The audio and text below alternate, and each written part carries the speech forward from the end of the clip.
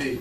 And despite the protests, despite the leadership of the clergy and political leaders, the cop who killed Alan Bluford is walking the street out there in demonstrations where we see him every couple of weeks. Wow. Might I add, Brother Tony, that since that time, in every city, that those in political position, if there's a video, they do all that they can to keep those videos under wraps. There was a video of the killing of our brother Brownie Polk on 73rd and International, 72nd and International, inside of a liquor store. It took the family a year and a court fight to get access to the footage, that the store owned the footage. They handed it over to the city authorities, and the city authorities kept it under wrap because the last thing they want is for the community to be informed enough to make a decision for itself. They want the community to make a decision based on what they tell you. Don't believe what you see, believe what we say. Yep. So they keep the video footages out of public view because they know the public is intelligent enough to make a decision of right or wrong. It happened to Rodney King, it happened with Oscar Grant, and it would happen with any other case if we were able to actually see what was going on. And you know, and that's exactly right. So one of the things that came out of the Oscar Grant murder was that the Oakland Police Department is now required to wear these little lapel cameras, right? They're called CRDs. And Masso, at the time, he went out on the street and chased Alan Bluford down and shot him. First thing he did was turned off his video camera, okay? Turn the damn thing off, right? So that there is no video footage. And we are still, because I'm involved in that case also, fighting with the city about what happened with the video and why it wasn't actually taken. They tested the camera, there was nothing wrong with it, but they turned it off. Wow, so that seemed like premeditation in, right? Premeditated. That's right. Wow. Murderer.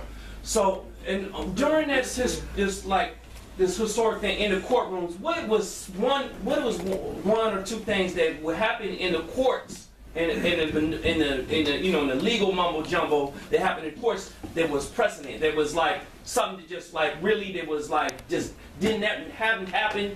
Besides him being charged and ultimately prosecuted, what was some of the other legal things that happened that you think that doesn't happen often? Well, you know, the fact of the matter is he was charged, and that's a great victory for people. But the system is strong and resilient. I hate to say that, right? So he was going to be tried, Mesley was going to be tried here in Oakland. You can imagine, right, that courthouse would have been under siege every day. There would have been thousands of us out there every day. So they make a motion, which the court grants, to move the case down to L.A. And then they put the case in front of a judge down in L.A. who's bigot himself, who was pro-cop, who made all the rulings on evidence, made all the rulings on jury instructions, and basically engineered the fact that Meserly gets off with this manslaughter conviction instead of a murder conviction, which is what the facts warranted. Wow. That's deep.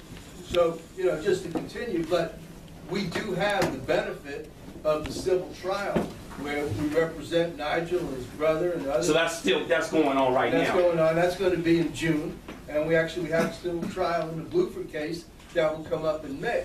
And that way the civil lawyers who actually represent the victims and their families and who are not obviously under the thumb of the DA or the judge can fight to bring out what happened. So the civil case is about to come up. It's the trial. Correct. And is it just with Nigel or is it with all the young men together? All the young men together, plus Oscar's father is still, you know, a plaintiff in that case. So they settled with Oscar's mom and child and his child's mother. But Oscar's dad is still a plaintiff and the 5 young men who were on the platform that night. Wow. So that in June, what do we expect to see that happen? Is the trial going to actually start in June, or is it going to be some more like date setting and stuff like that when the actual trial starts? Well, you don't know what kind of maneuvering that Bart and their lawyers are going to try to do. We have actually a pretty good judge, Judge Chen, who is presiding over that case, and he set the trial for June 9th. So they're going to have to make some pretty fancy arguments to get him to change his mind about that. And this is going to be in San Francisco? 450 Golden Gate, 17th floor. 17th floor. Feds. Wow. Johnson versus Mark. That's